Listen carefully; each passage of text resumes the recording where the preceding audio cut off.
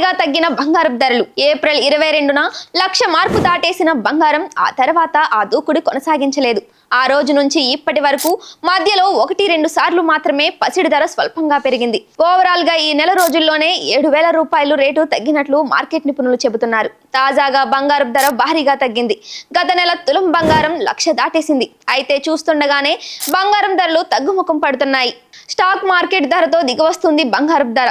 All time high నుంచి దాదాపు 7,000 రూపాయల మేర పసిడి ధర తగ్గింది. ఏప్రిల్ 22న 1,00,000 మార్కు దాటేసిన బంగారం ఆ తర్వాత ఆ దూకుడు కొనసాగించలేదు. మంగళవారం తులం బంగారంపై 500 మేర ధర తగ్గింది. 22 క్యారెట్ల బంగారం 10 గ్రాములపై 450, 24 క్యారెట్లపై 490 ధర తగ్గింది. వెండి కిలోపై 1,000 రూపాయల మేర ధర తగ్గింది. హైదరాబాద్ 24 క్యారెట్ల బంగారం ధర 95,020గా ఉండగా 22 క్యారెట్ల ధర 87,100గా ఉంది. మరోవైపు కిలో వెండి ధర హైదరాబాద్ లో 1,08,000గా ఉంది. విజయవాడ, విశాఖపట్నంలో 22 క్యారెట్ల బంగారం 87,100గా ఉంది. 24 క్యారెట్ల బంగారం ధర 95,020గా ఉంది. కిలో వెండి ధర 1,08,000గా ఉంది.